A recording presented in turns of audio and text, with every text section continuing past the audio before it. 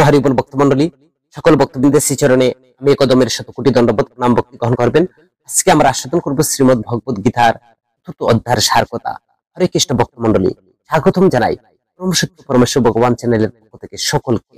সর্বপ্রথম আমার অনুরোধ, আপনারা সম্পূর্ণ ভিডিওটি শ্রবণ করবেন এবং যারা আমাদের এই চ্যানেলে নতুন রয়েছেন, পরবর্তী খ্রিস্ট সম্বন্ধীয় ভগবতীয় ভিডিও পেতে চ্যানেলটিকে সাবস্ক্রাইব করবেন। আর যারা সাবস্ক্রাইব করেছেন আপনাদেরকে অন্তঃস্থল থেকে কৃতজ্ঞতা। হরে কৃষ্ণ। শ্রীমদ ভগবত গীতা আমাদের জীবনের প্রতিটি প্রশ্নের উত্তর এবং প্রতিটি সমস্যার সমাধান করে দেয়। তাই আপনার মনের অস্থিরতা, অর্থের অভাব, শারীরিক ব্যথা, সম্পর্কের ঝামেলা হোক না কেন, শ্রীমদ ভগবত গীতার প্রতিটি সমস্যার সমাধান দেয়। আজ আমরা আপনাকে শ্রীমদ ভগবত গীতার পূর্ববর্তী উদ্দেশ্য সম্পর্কে বলতে চাচ্ছি, যা আপনার জীবনকে সম্পূর্ণরূপে বদলে দেবে।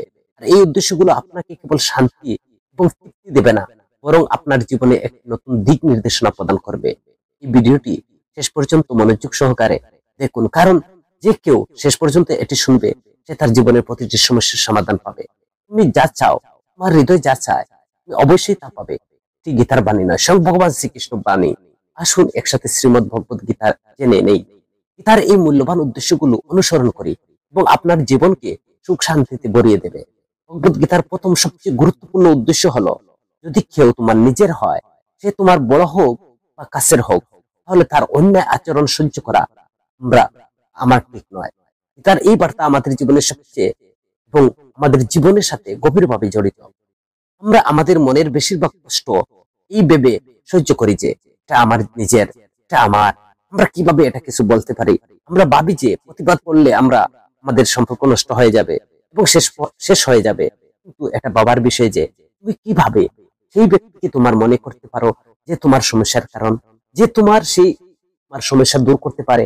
এটার উদ্দেশ্য হলো কাউকে তোমার সুবিধা বা অসুবিধা নেওয়ার সুযোগ দেবে না। যে কোনো সম্পর্ক সত্য হয় যখন শ্রদ্ধা বোঝাপড়া থাকে। ভগবান শ্রীকৃষ্ণ বলছেন, হে অর্জুন, আমি এই অবিনাশী যুগবিদ্যা সূর্যদেব বিভাসানকে শিক্ষা দিয়েছিলাম এবং বিভাসান মানব জাতির পিতা মনুকে শিক্ষা দিয়েছিলেন এবং মনু ইক্ষ্বাকুকে শিক্ষা দিয়েছিলেন। এই পরম বিজ্ঞান এইভাবে শিষ্য পরম্পরায় শৃঙ্খলের মাধ্যমে গৃহীত হয়েছিল এবং সাধু রাজারা এইভাবে এটি বুঝতে পেরেছিলেন। কিন্তু সময়ের সাথে সাথে এই পরস্পরা ভেঙে যায় এবং তাই বর্তমান বিজ্ঞানটি হারিয়ে যায় বলে মনে হয়। যে পরমেশ্বর ভগবানের সাথে আমাদের যে সম্পর্কের সেই প্রাচীন বিজ্ঞানটি আমি আজ তোমাকে বলছি, কারণ অর্জুন, তুমি আমার ভক্ত, আমার বন্ধু, তাই এই বিজ্ঞানের অপ্রাকৃত রহস্য বুঝতে পারো।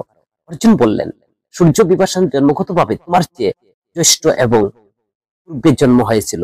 আমি কিভাবে বুঝবো যে আদিতে তুমি তাকে এই বিজ্ঞান শিক্ষা প্রদান করেছো? ভগবান বললেন, অর্জুন, তুমি এবং আমি অনেক জন্ম পেরিয়ে গেছি, আমি তাদের সকলকে স্মরণ করতে পারি, কিন্তু তুমি পারো না। এই শত্রুদের দমনকারী, আমি শত্রুদের দমনকারী। যদিও আমি জাত এবং আমার অপ্রাকৃত দেহ কোন প্রাপ্ত হয় না, এবং যদিও আমি সমস্ত জীবের প্রভু, তবুও আমি সহস্রাব্দে আমার আদি অপ্রাকৃত রূপে আমি আবির্ভূত হই।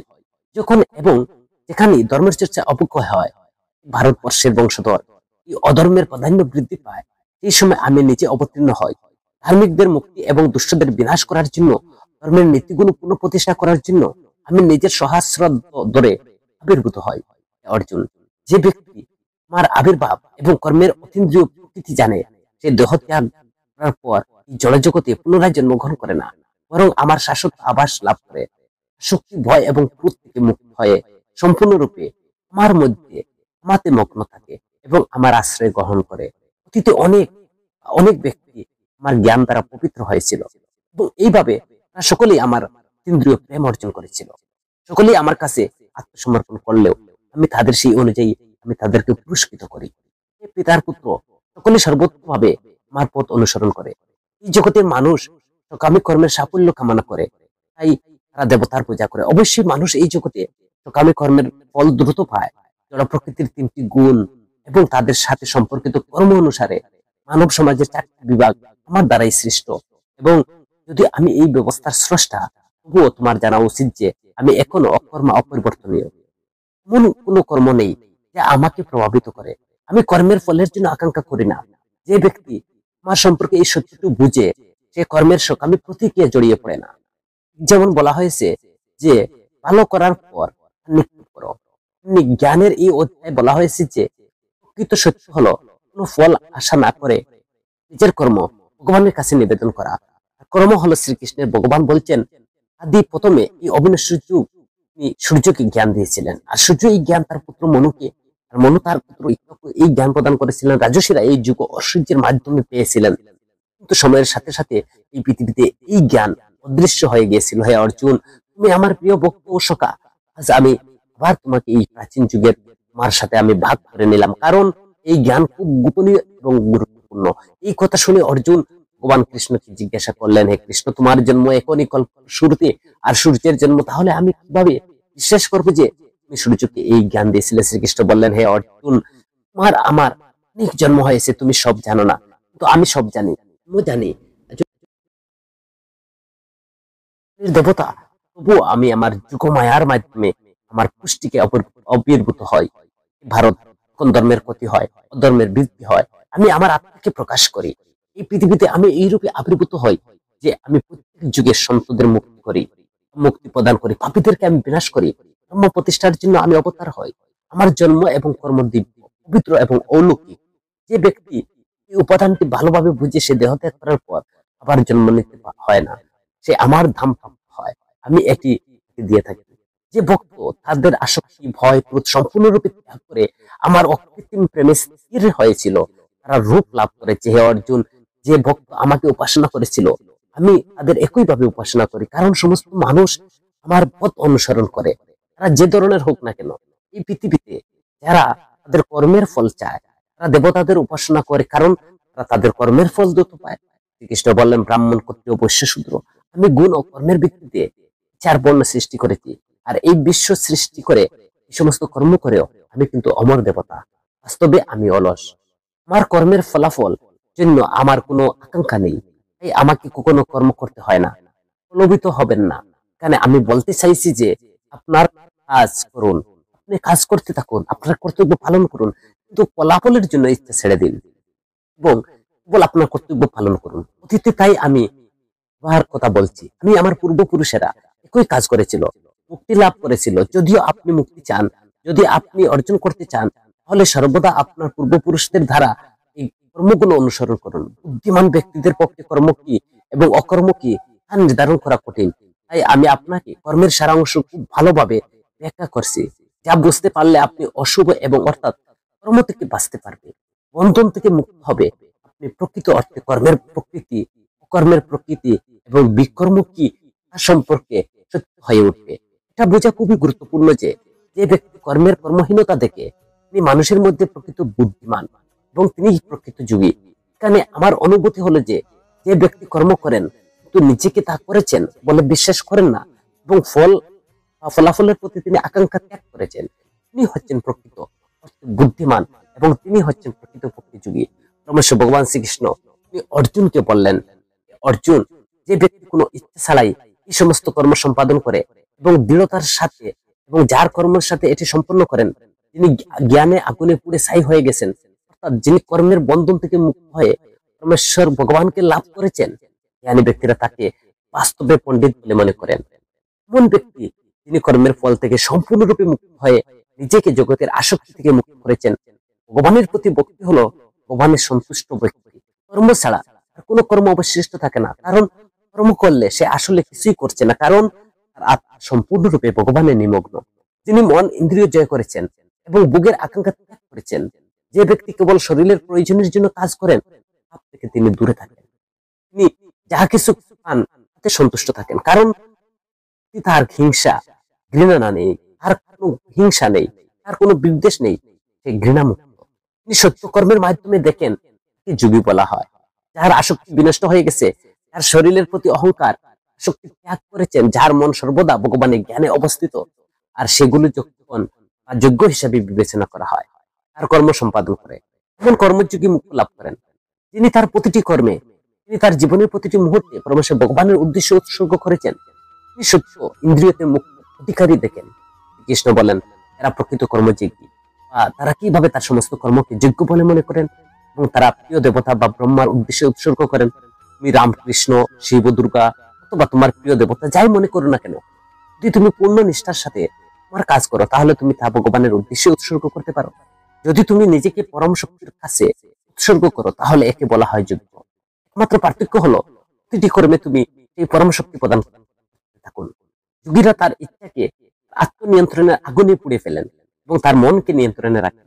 তারা তাদের বুদ্ধিমান মানুষের ব্যবহার করে জ্ঞানের সাহায্যে তাদের চিন্তা ভাবনা নিয়ন্ত্রণ রাখেন, যাতে কোনো নেতিবাচক চিন্তা তাকে জ্ঞান থেকে তাকে সঠিক পথ দেখাতে পারে। আর এই জ্ঞান তাদের মনে করিয়ে দেয় যে তাদের লক্ষ্য কি, কোন দিকে তাদের এগিয়ে যাওয়া উচিত। অনেক ধরনের মানুষ আছে যারা যজ্ঞ করে। কিছু মানুষ অর্থ দিয়ে যজ্ঞ করেন, কেউ কেউ তপস্যা আকারে যজ্ঞ করেন, কেউ কেউ যুগকে যজ্ঞ বলে মনে করেন, এটি তাদের কর্ম করে নেন। এবং এছাড়া অনেক সাধক আছে অধ্যয়ন এবং জ্ঞানের যজ্ঞ অনুসরণ করেন। এইভাবে সমস্ত মানুষ তাদের সামর্থ্য এবং ভক্তি অনুসারে যজ্ঞ করেন। কিন্তু যোগীর মতে যজ্ঞ প্রাণায়াম অনুসরণ করে, যেখানে তার প্রাণবায়ু নিয়ন্ত্রণ করে প্রাণের উৎসর্গ করে।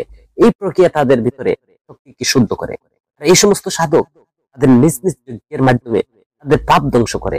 সেখানে হে অর্জুন, প্রত্যেক ব্যক্তি স্বভাব ক্ষমতা অনুসারে যজ্ঞ বেছে নেওয়া উচিত, তার উপর কাজ করা উচিত। এই যজ্ঞ তাকে মুক্তি ও মুক্তির দিকে নিয়ে যায়। শ্রীকৃষ্ণ অর্জুনকে বললেন, জীবনে অর্জুনের নিঃশ্বাস অত্যন্ত গুরুত্ব রয়েছে। প্রাণ মানে শ্বাস নেওয়া এবং আপান মানে শ্বাস ছাড়া। একজন যোগী যাত্রা তার শ্বাস এবং ইন্দ্রিয় নিয়ন্ত্রণের উপর নির্ভর করে। যোগীতে বা যোগী প্রাণায়ামের মাধ্যমে শ্বাসের উপর নিয়ন্ত্রণ করেন বা তিনি অর্জন করেন, দেহ ও মনকে নিয়ন্ত্রণ করেন। শ্রীকৃষ্ণ বলছেন যে অমৃত যজ্ঞ হলো আনন্দ এবং তৃপ্তি, যা পরমেশ্বর ভগবানের সাথে সংযোগের প্রতীক। আর এই অমৃত আমাদের সরাসরি ভগবানের কাছে নিয়ে যায়। কোন যজ্ঞকে কর্ম হিসাবে বোঝা যেতে পারে, সে সন্তুষ্ট খুঁজে পায়, তারপর আমরা প্রকৃত অর্থ যজ্ঞ করি। এই অমৃত আমাদের পরবর্তী কর্মের জন্য শক্তি, দিক নির্দেশনা দেবে।